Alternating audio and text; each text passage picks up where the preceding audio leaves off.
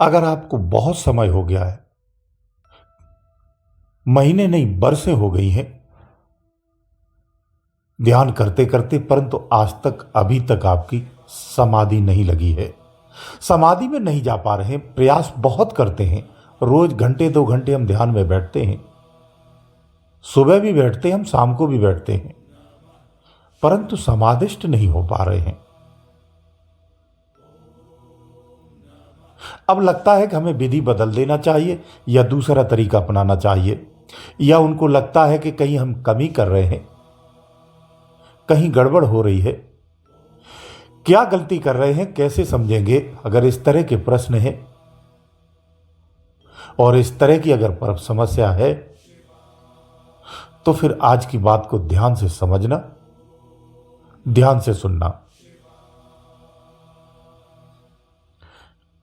बेसाधक जिन्हें बरसें हो गई हैं साधना करते हुए, अभी तक समाधि नहीं लगी, तो क्या करें? ध्यान से सुनो। एक तरीका तो आपको यह अपनाना है कि जब आप ध्यान में बैठते हैं ना, उससे 1 घंटे पहले आपके पास कोई काम नहीं होना चाहिए, कोई जिम्मेदारी भरा काम बिल्कुल नहीं होना चाहिए। मोबाइल सेट कुछ भी है आपका स्विच ऑफ होना चाहिए, बिल्कुल फ्री होना चाहिए। आपके मस्तिष्क में कोई काम याद नहीं आना चाहिए कि फलाना हमारा काम रह गया, वहां जाना है, ये जाना है। दूसरा, कुछ नियम संयम होते हैं। साधना से पूर्व जो लोग साधना करते हैं, अपने परिजनों से, घर से बाहर हैं, उन लोगों से, संबंधियों से, दोस्तों यारों से दिन में बात करनी है। रात को, शाम को, संध्या को जो 6 बजता है ना, एक प्रकृति का ठहराव होता है 6 बजे का, विशेष महत्व होता है संध्या का। 6 बजे के बाद से फिर आपको बाहर के लोगों से संपर्क नहीं करना चाहिए, ऐसी चीज़ों से संपर्क नहीं करना चाहिए जो आपके मन और मस्तिष्क में ठहर जाए या गहरा प्रभाव छोड़ती हों। 6 बजे के बाद आपको फ्री रहना है, मस्त रहना है, गाना सुनने, भजन सुनने आप सुनिए। जब आपका साधना का समय हो जाए, उस समय फिर आपको ध्यान में बैठना है। ध्यान में बैठने से पहले कम से कम 1 घंटा अनुलोम विलोम करना है, कुंभक रेचक करना है। थक जाओ तो रुक के करना है, लेकिन करते रहना, लगभग 1 घंटा करना है। सुबह भी करना है, शाम को भी करना है। ध्यान के उपरांत भी अगर समय है तो ध्यान के उपरांत भी समय करना चाहिए, सुबह के समय। रात में तो आप ध्यान लगा के सो जाएंगे, वो संभव नहीं है। अगर आप इस विधि को अपना रहे हैं, पहले से अपनाए हुए हैं, उसके बाद भी अगर आपकी समाधि नहीं लग रही है, तो फिर ऐसे में क्या करना चाहिए? बहुत सारे होंगे ऐसे साधक, रोज अनुलोम विलोम करके ही साधना करते होंगे। वैसे जो चतुर साधक होते वो ऐसे ही करते हैं, तरीका भी यही है साधना, ध्यान में बैठने का। परंतु इसके बाद भी अगर समाधि नहीं लग रही तो फिर क्या करें? इसके लिए क्या उपाय है? देखो, ऐसा है, इसके बाद भी नहीं लग रहा है, इससे साफ संकेत होता है आप विचार शून्य नहीं हो पाते हैं, आपका आपकी ही विचार श्रृंखला पर संयम नहीं हो पा रहा है, और कोई दूसरा कारण नहीं है। जो दूसरा कारण होता है वो दैवी शक्तियों से संबंधित होता है, जिसके बारे में पहले से बताया हुआ है, वो आंतरिक होता है।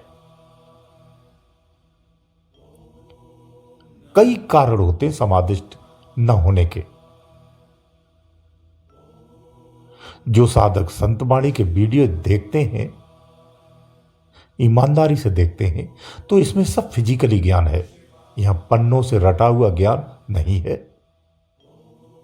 अगर आप साधना करते हैं तो साधना में जो जो चीजें, जो जो परेशानी आती हैं, जिस प्रकार की भी आती हैं, उनसे संबंधित आपको सारी समस्याओं से वीडियो मिल जाएंगे, जानकारी मिल जाएगी। तो इस सब्जेक्ट पर भी आप विस्तार से तो जानकारी हासिल कर सकते हैं।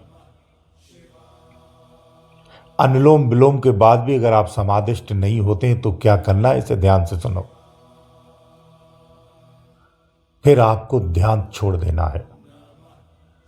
ध्यान नहीं करना है, ध्यान में नहीं बैठना है।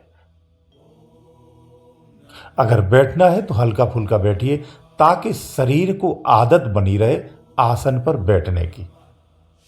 इसके लिए बहुत अच्छा है। परंतु जो प्रयास कर रहे हैं उसे कुछ दिनों के लिए छोड़ दीजिए। अब आपके मन में प्रश्न आ रहा होगा, तो ऐसा क्यों? जब ध्यान छोड़ देंगे तो फिर क्या करेंगे? करना यह है, अब आपको जप करना है। जब 2 वर्ष आपको हो गए हैं, 3 वर्ष आपको हो गए हैं, 4 वर्ष हो गए हैं, आप समाधिस्थ नहीं हो पा रहे हैं, तो कोई ना कोई प्रॉब्लम तो अंदर में है, जिस वजह से नहीं हो पा रहे। आप विचार शून्य होते हैं फिर भी समाधिष्ट नहीं हो पा रहे हैं, तो कोई ना कोई तो प्रॉब्लम तो है, हमें पता नहीं है। तो हमें पता करने की आवश्यकता भी नहीं है, क्योंकि अब यहां पता करने के लिए आप लग जाएंगे तो आप भ्रमित हो जाएंगे। ये ध्यान रखो, इसलिए सावधान रहो। हमें ये नहीं जानना क्यों नहीं लग रहा है, हमें ये जानना है कैसे लगेगा, ये जानना आवश्यक है। तो आपकी समाधि लगेगी, निश्चित लगेगी। क्या करना है, अब आपको ध्यान छोड़ करके आपको जाप करना है।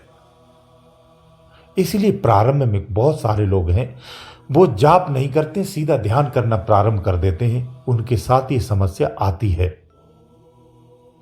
जिसके साथ जटिल होती उन्हें फिर समाधि कभी नहीं लगती है। किसी की जटिल नहीं होती तो उन्हें लगने लगती है। ऐसा नहीं कि नहीं लगती है, बिना जाप के भी लगती है, लेकिन कम लोगों को लगती है। उसमें भी उन्हें सही से सफलताएं भी नहीं मिल पाती हैं। अब आपको क्या करना है, इसके लिए आपको जाप प्रारंभ करना है। जो गुरु ने आपको नाम दान दिया है उसी का जाप करिए, और कुछ नहीं आता तो उसी का जाप करिए। आपको मानसिक जाप करना है, वाचिक जाप करना है, उपांशु जाप करना है। तीनों कर सकते हैं, तीनों नहीं कर सकते हैं तो कोई भी एक कर सकते हैं। आप अपनी सुविधा के अनुसार अपना सकते हैं, लेकिन आपको जाप करना है, ये ध्यान रखो। अब आपकी समाधि की समस्या इसी से ही कटेगी। रोज जाप करो, लगातार करते रहो। 1 वर्ष लगता है तो लग जाने दो। ध्यान का भी ट्राई बीच बीच में करते रहना। इसके साथ साथ जो धार्मिक व्यर्थ के ज्ञान है ना, इनसे भी हमें परहेज करना चाहिए। ये हमें भ्रमित करते हैं। सतमार्ग खोज लो, ज्ञान अर्जन की आवश्यकता नहीं है, सतमार्ग खोलने की आवश्यकता है।